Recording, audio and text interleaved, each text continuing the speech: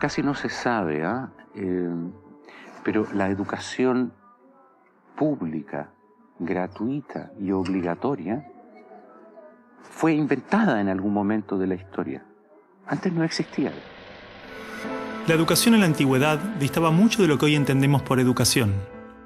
En Atenas clásica, por ejemplo, no había escuelas. Las primeras academias de Platón eran espacios de reflexión, conversación y experimentación libre. La instrucción obligatoria era cosa de esclavos. Por otro lado, la educación en Esparta era más parecida a una instrucción militar. El Estado se deshacía de quienes no alcanzaban los niveles esperados. Había clases obligatorias, fuertes castigos y modelamiento de la conducta a través del dolor y el sufrimiento. Antiguamente la educación estaba en manos de la Iglesia Católica, por lo menos en el mundo cristiano occidental.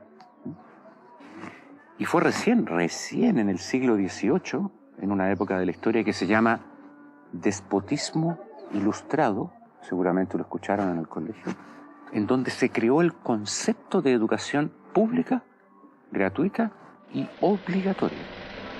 La escuela como la conocemos nace a fines del siglo XVIII y principios del siglo XIX en Prusia. Con el fin de evitar las revoluciones que sucedían en Francia, los monarcas incluyeron algunos principios de la Ilustración para satisfacer al pueblo, pero manteniendo el régimen absolutista. La escuela prusiana se basaba en una fuerte división de clases y castas. Su estructura, heredera del modelo espartano, fomentaba la disciplina, la obediencia y el régimen autoritario. ¿Qué buscaban estos déspotas ilustrados? Un pueblo dócil, obediente, y que se pudiera preparar para las guerras que hubieron en esa época entre todas las naciones que estaban naciendo. Por ejemplo, Catalina la Grande de Rusia llamó a los enciclopedistas franceses a preparar esto mismo. Diderot, uno de los más famosos, estuvo allí para armar este paquete, ¿sí?, formador, no de ciudadanos, sino que de obedientes súbditos de estos estados. Las noticias del exitoso modelo educativo viajaron rápido, y en pocos años, educadores de América y Europa visitaban Prusia para capacitarse.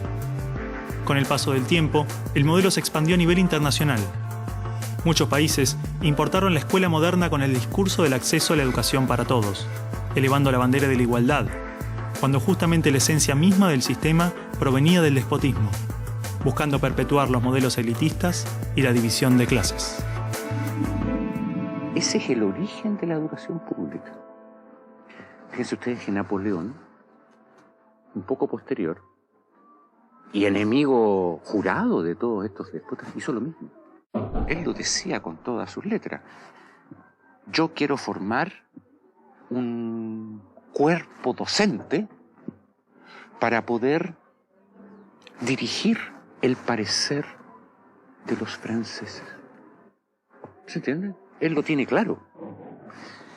Y eso opera, se sepa o no se sepa, hasta el día de hoy. La escuela nace en un mundo positivista regido por una economía industrial. Por lo tanto, busca obtener los mayores resultados observables con el menor esfuerzo e inversión posible, aplicando fórmulas científicas y leyes generales.